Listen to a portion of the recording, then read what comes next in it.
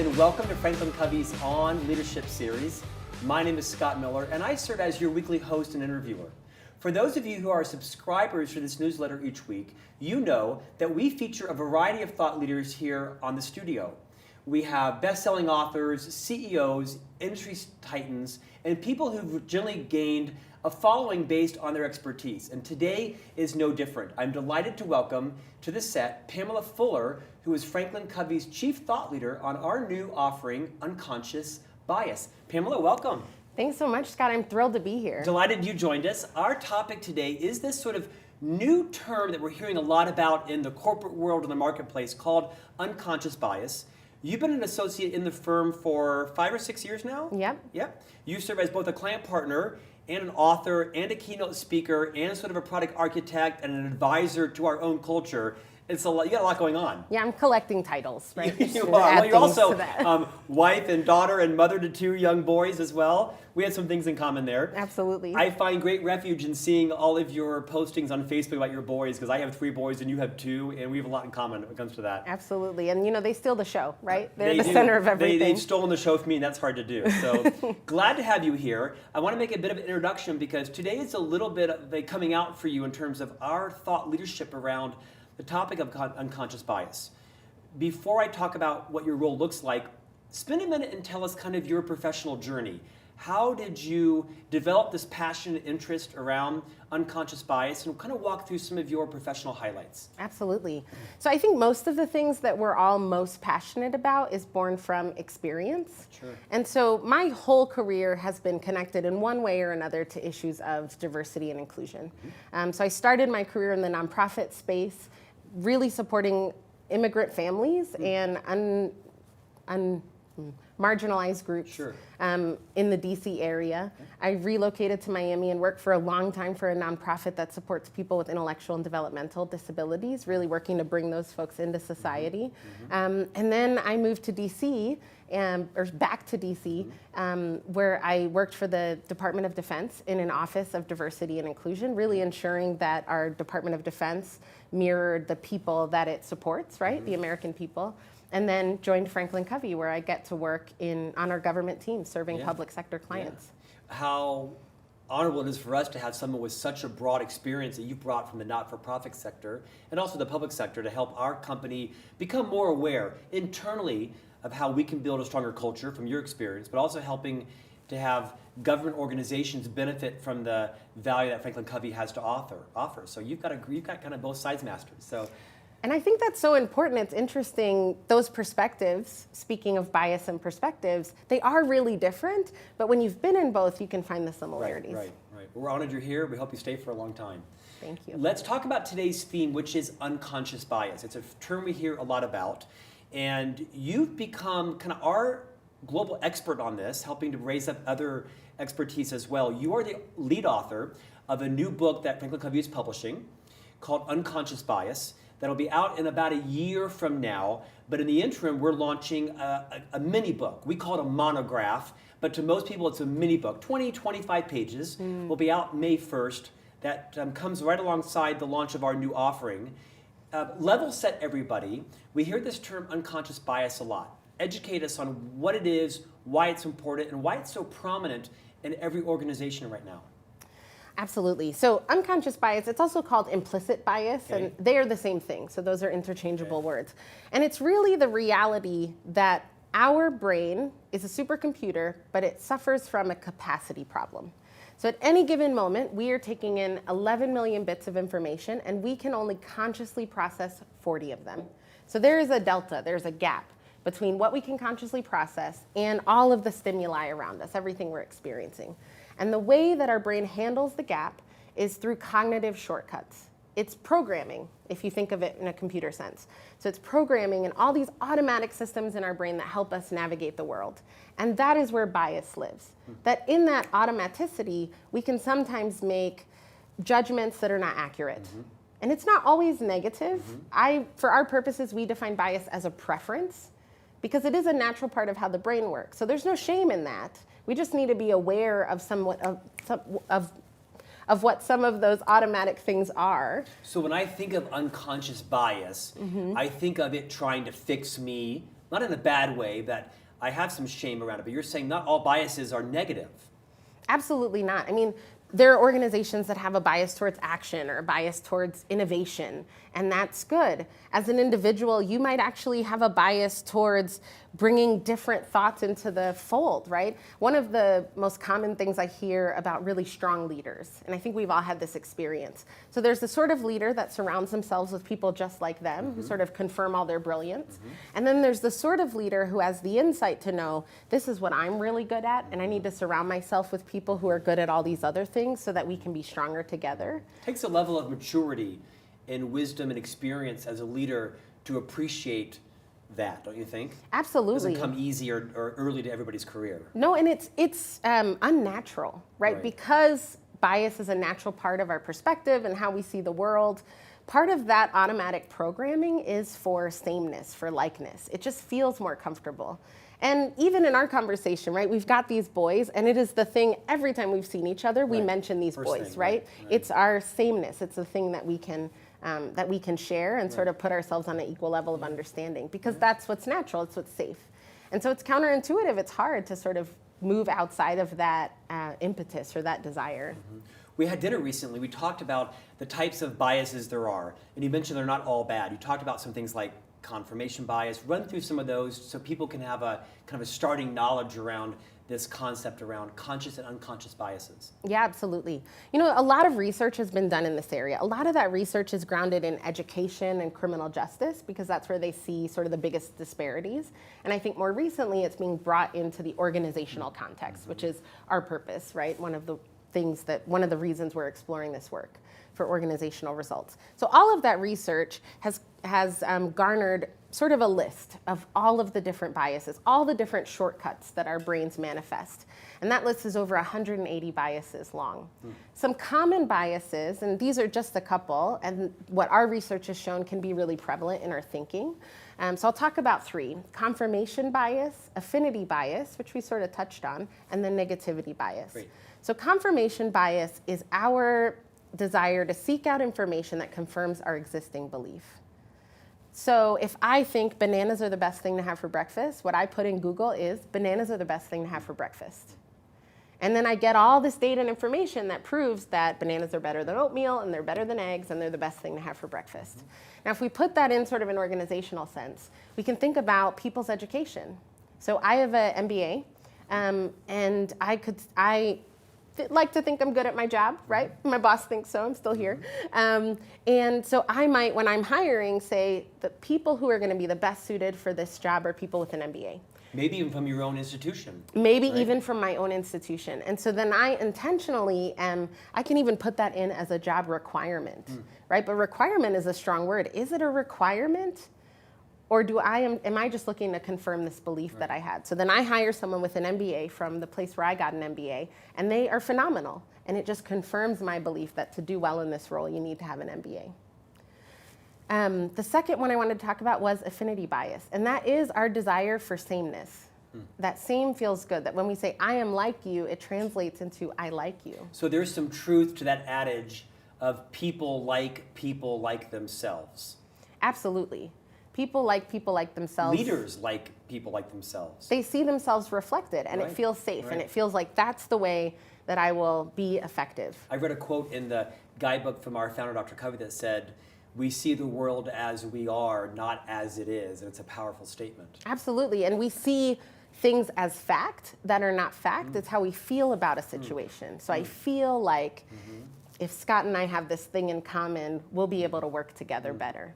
And I potentially don't seek opportunities to work with people with whom I don't have things in common. Because we assume perhaps future conflict or disagreements, we avoid that. Absolutely. And even outside of just the selection, when we think of affinity bias, it can also manifest itself in the sense that you give people the benefit of the doubt if they have that sameness.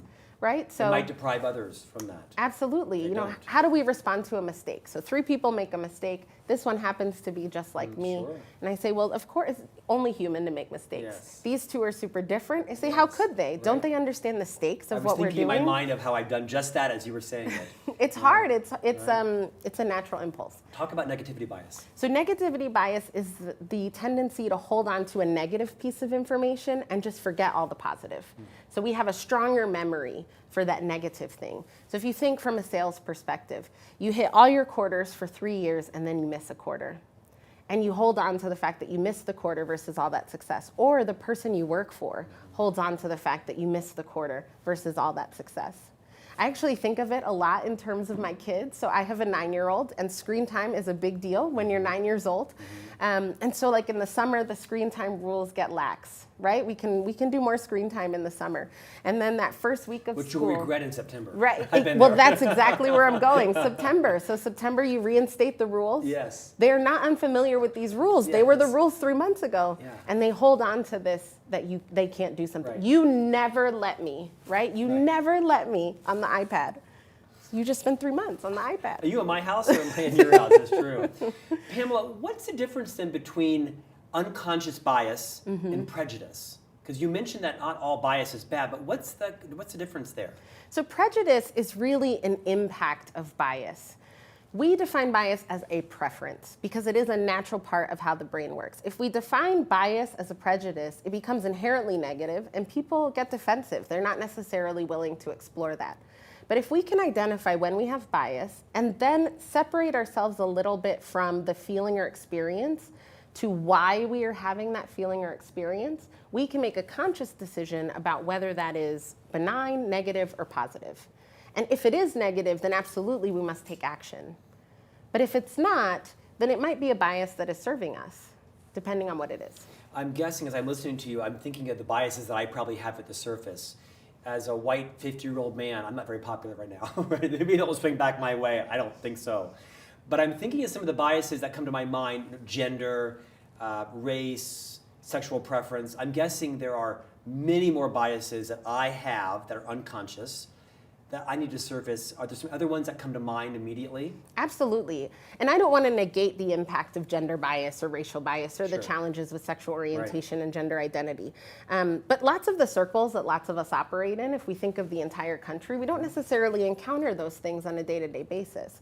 But there are lots of biases around education level, around the geography someone's from. You know, what do you think when you call someone and you don't quite know where they're from and they've got a Texan accent or the Deep South, right? And how we respond to that. Our personalities. So or a Northeastern accent, right? Absolutely. Yeah. The Bostonians of the world, the New Yorkers, a couple other things. But a number of biases that we probably deal with are massive. Did you say 180? 188. Wow, yeah, 188. 8. Wow. And I'm guessing when someone gets more educated, more in depth with their own biases, they could probably be overwhelmed. Absolutely. Right? The more, if you had me put down pen to paper, I probably could think of 60 or 70. At some point, there has to be like some reason to say, okay, a second, I'm probably biased by everything. It's not a bad thing. It's my preferences. What's the best way for someone like me to uncover what are my most detrimental biases amongst others? So I think the reality is the more you learn about it, the more you see bias in everything that you do. Right. So I walked in this studio today and I saw some people for the first time who had previously just been email addresses and people that we had worked with. And so I had some biases that came up just from looking at them. Yeah. The question is always, what is the impact? And I think you can start with where your role is. So if you're a leader, you might start with some of the decisions that you're responsible for on a day-to-day basis. So you have a team that reports to you, and in a lot of ways, their career is in your hands. So that everyone has sort of their own road professionally, and they can make their own decisions. But whether they get a promotion, whether they get to work on an upcoming assignment, you know, the company is taking on a new initiative, and who do we assign to that? Those decisions do impact people's careers over the long term. And so as a leader, I think it's easier and more impactful to start there than to start necessarily with, you know, do I live in a diverse community or those kinds of things, right? And they're important to examine, but it can sometimes feel safer to start with that professional role. Sure. Pamela, is there a difference between unconscious bias and conscious bias? I think that conscious bias is something that you can state. So lots of people Meaning, might say, I like 40-year-olds more than I like to work with 20-year-olds, that kind of thing? absolutely. Or when you think of salespeople, you might say salespeople need to be extroverted. So you're interviewing the salespeople or consultants, right? We work a lot with consultants. So consultants need to be really articulate and extroverted. And in the interview, you've got someone who takes some time to open up, right? It's just an hour. You have an hour-long interview to make these big decisions. Yeah, it makes sense. Let's get practical for a moment. So I've heard you also say in other speeches and environments that sort of awareness is half the problem, half the solution, right? Just kind of as I leave the set today, no doubt I'm going to be more aware, more conscious of my unconscious biases. And what do I do about it? I mean, how do I come to work tomorrow or this afternoon and be a better leader, a better colleague, a better culture builder in an organization? What are some practical tips? I've heard you talk about, empathy and things like that. Walk me through some of the tangible things that anybody, especially leaders, can do to be not just mindful of, but to start to action around our biases. Absolutely. So our approach is really grounded in 3 skills or competencies. So empathy, curiosity, and courage. Okay. So when we think of empathy and curiosity, I see them as 2 sides of the same coin. So empathy is much more interpersonal, and curiosity is much more intellectual in terms of how they manifest. But when we think of one, it fuels the other and vice versa. So you and I meet, and I don't have any natural, this is a white man who's been with FranklinCovey for quite some time, an executive. Say when I first started, when we first met, actually, I was in the interview process for joining FranklinCovey. And so here I am, and you live in Salt Lake City, in Utah, and here I am living in DC, which is different from Salt Lake City in lots of ways, had never been to Utah. And I'm a person of color, I'm a woman, and just feeling that sort of separation. So I don't feel... Chasm, really, right? I mean, 2 people couldn't have more differences than you and I, perhaps. And I can write a whole story in my head about Please what don't. that means about Scott. No. And so when I think of empathy, we didn't have that necessarily an initial interpersonal connection, right? I didn't see myself in you. But if I use these behaviors of curiosity, I mean, going back to our boys, right? Curiosity is so big in children. They ask a lot of questions. They ask critical questions, questions you wouldn't think of, and they actually listen to your response. I think as adults, we might even learn, I'll ask the questions, right? But then we don't really listen for the response because we think we already know it. So really listening empathically and then building follow-on questions based on those responses. And if you do that as a behavior, you build empathy, right? Because we find things that we can connect on. Reminds me of a phrase I read recently in preparation for one of these interviews where someone said, and I'm sorry I can't credit it, I think it was a gentleman that said, I don't like that person, I need to get to know them better. I have read this. And I love that because I've thought a lot about that to say that makes a lot. And I started to think about people that I don't necessarily like. And I thought, you know what? Have I given them the benefit of the doubt beyond just that one instance where they turned me off? Because I imagine I've turned some people off and I've kind of thought, gosh, if they got to know me better, they might like me more. I think when I read it, it was credited to Abraham Lincoln. And he said, I do not like him, I must get to know him more. Abraham Lincoln, right? The internet, right? There is that. That's Al Gore. Anyway, so I think that is, again, so counterintuitive, right? We make quick decisions. We sort people. That's what our brain does. It puts people in categories. Yes, no, I like them, I don't. And then we move on. And that is exacerbated with the pace at which we're all operating today. But if we can take 15 minutes to ask some questions and really cultivate a meaningful connection. And that word meaningful is important because people can do that artificially, but you feel that. Can you tell when someone's listening to you? Sure, and as I'm listening to you, I think that's also a struggle for me because as you know, I have a fairly, and I'm quite vocal about this, a fairly efficient mindset, and I struggle and work to have a more effective mindset. One of my biggest areas of growth is with people, slow is fast and fast is slow. After 25 years almost here, I'm still struggling with, I don't lack the empathy gene. I don't lack the curiosity, mindset, but I struggle making sure they balance in my relationships as I'm sort of on to the next thing, right? I'm kind of thinking about the future. My wife often says, kind of be in the present, right? Don't just ask the question and move on to the next. So it's a struggle for me. It is hard. I mean, knowing something is rarely enough. So we all know what the right thing to do is around leadership. And we know now these skills of empathy and curiosity. But to know and not to do is not to know, to quote Dr. Covey. Absolutely. So it's hard to do. Empathy, curiosity, and what was the last one? Courage. Courage. Talk about that. So our approach includes 4 ways to act with courage. The courage to identify bias, the courage to cope with it, the courage to be an ally, and the courage to be an advocate. And there's a bit of a spectrum there. Run through those again. Those are profound. Yeah. The 4 parts. The courage to identify bias, the courage to cope with bias, the courage to be an ally, and the courage to be an advocate. Talk about all of those, please. So there's sort of a spectrum. Because we think of courage as big, bold, brazen action, right? And the reality that courage doesn't always manifest in those ways. So just identifying bias is a courageous act because it requires introspection and some acknowledgement that biases you hold may not be serving you, may be limiting your possibilities or that of those around you.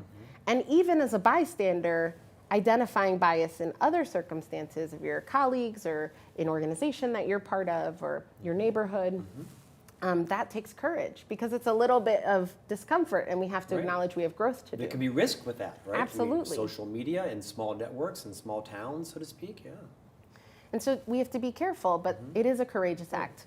The courage to cope really acknowledges the harm that can be done to your well-being and your sense of belonging, which is a primal human need, if you feel like you are the recipient of bias.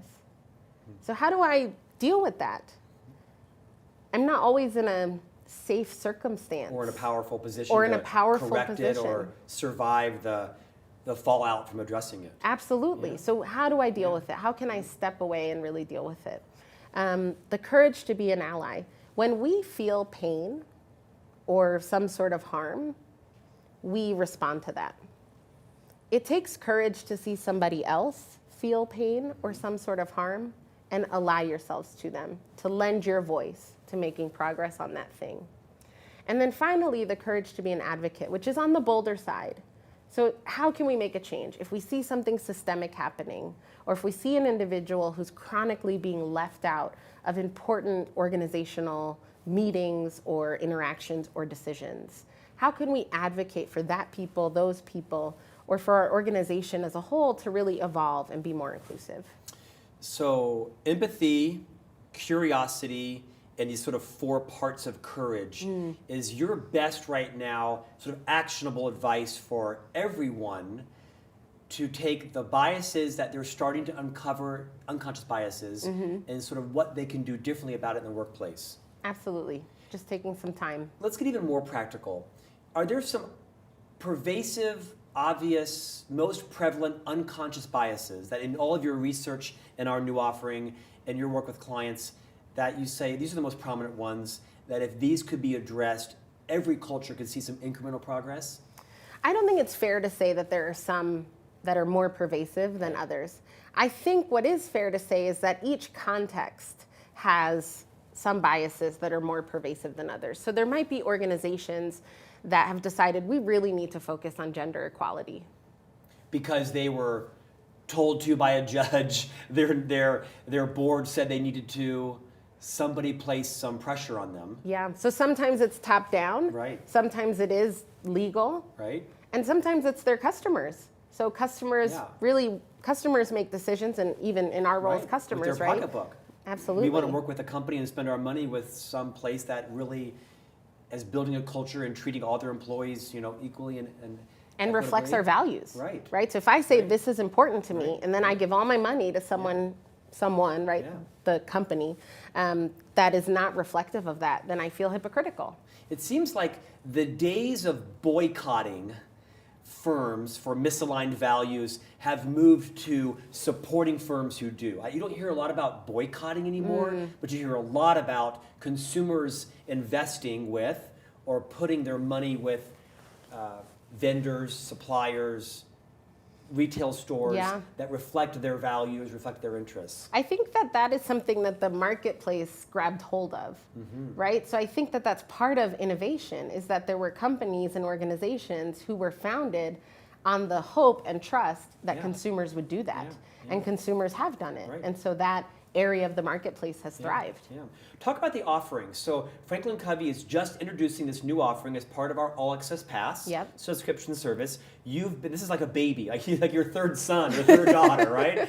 So the daughter I don't have. It's a dog you don't have yet. That's right. Yeah. Yeah, two's enough. Sorry, I have three. I love my third, but two is easier, Then you're especially with boys. Yeah. Unconscious bias. So it's a one-day offering. Talk a little bit about if someone chooses to make an investment in this offering within our pass. Yeah. What's going to change? What's different in the organization? Why will the return on their investment be so screamingly obvious that they'd want to, make it a pervasive offering throughout the organization? There is so much data about this, that if you address unconscious bias and then implement skills and strategies to make a difference, to make progress on biases that might exist in the organization, your organizational results increase. Employees who feel they've been the recipient of bias are 3 times as likely to leave the organization. Wow. So stop right there. So we mentioned earlier, if an organization is invested in engagement and they're invested in building careers for people inside the organization. It's a great insight I learned from Whitney Johnson recently, who wrote the book Build an A-Team. She talked about enduring organizations really do their best to help people build their career path within the company. They don't have to leave it. Yeah. And this is an investment in that, is it not? Absolutely, an investment in retention. Yeah. I mean, it costs so much to find a new employee, to ramp a new employee, instead of growing an employee. And we've done a lot of research on leadership that says one of the number one challenges organizations face is a vacuum of ready now leaders, right? So this helps with that. Also, there is the invisible cost of every single member of your team or organization who's disengaged.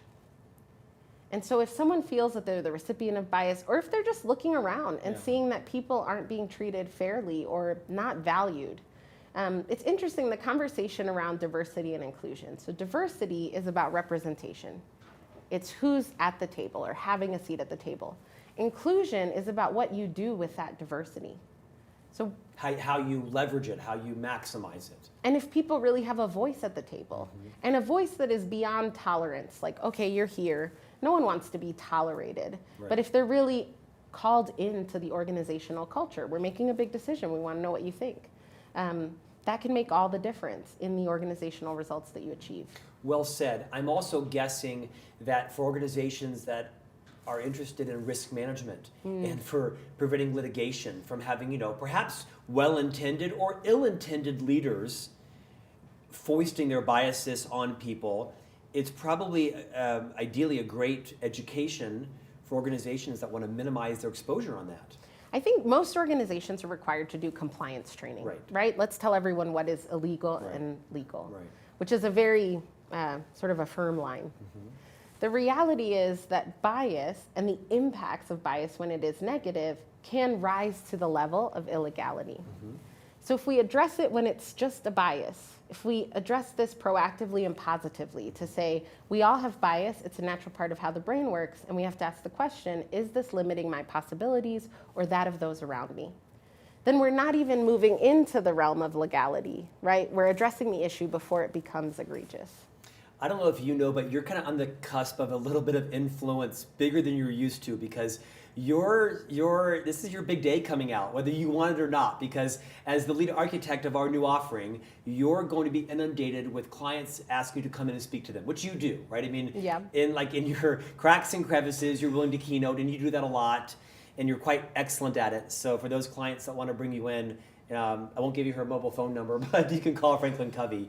But you're also the lead author of a new book with your co-author, Mark Murphy, one of our consultants from Texas. And you're writing a big book, like a couple 100-page book. But you've also made the decision to write sort of a preamble mini book.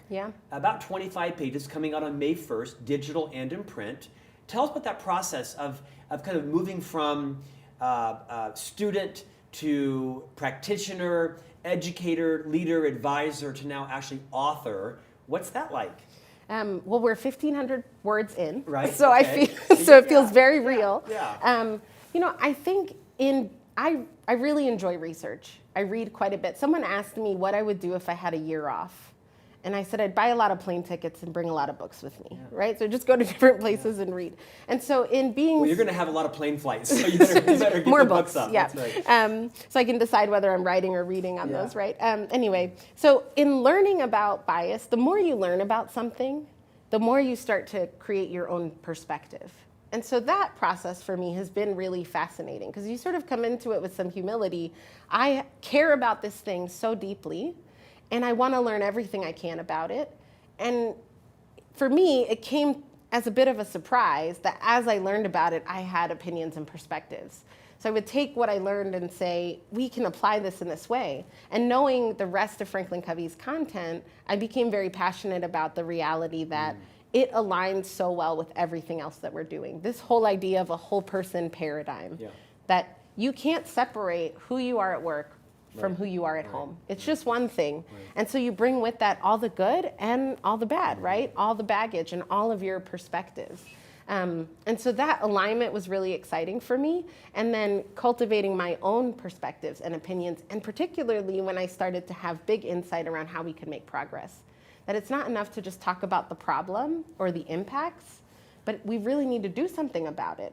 So that's been exciting. As I've worked with clients, we then get to apply these theories to their challenges and their context. That's gratifying. It's so fulfilling to see it make a difference, to have people tell you. Make sure you and your husband make some meals because you're going to be on the road a lot. Probably maybe more than your husband knows, because I know Don't that... tell, you're telling him, well, Scott. Don't tell him. Don't have your husband join the program. But you also will be the guest on many of our webinars. So we'll run webinars starting in April and May around this content. People can preview the new solution at live events around the nation. You're available for keynotes occasionally. And congratulations on your coming with your co-author, Mark Murphy, influence with the book. Look forward to publishing that. And we'll have you back in the coming months as the book comes out and you have more client stories and more exciting success stories to share. Thank you. I've just been so honored. No, by glad the you're whole here, thing. Pamela. Thanks for joining us. And thank you for joining us. We'll see you back next week with a new guest on FranklinCovey's On Leadership series, which you know is a weekly newsletter that comes out complimentary every Tuesday via email. If you're not subscribing, visit FranklinCovey.com and scroll to the On Leadership tab, click on it, and you can be opted into our newsletter. For those of you who want to access this in podcast format, you're welcome to go on any of your favorite podcast providers, FranklinCovey, iTunes, Stitcher, you name it, and subscribe that way as well. We love it if you would read it and rank it and give us any feedback as well. And we'll see you back here next week for On Leadership. Thanks for joining.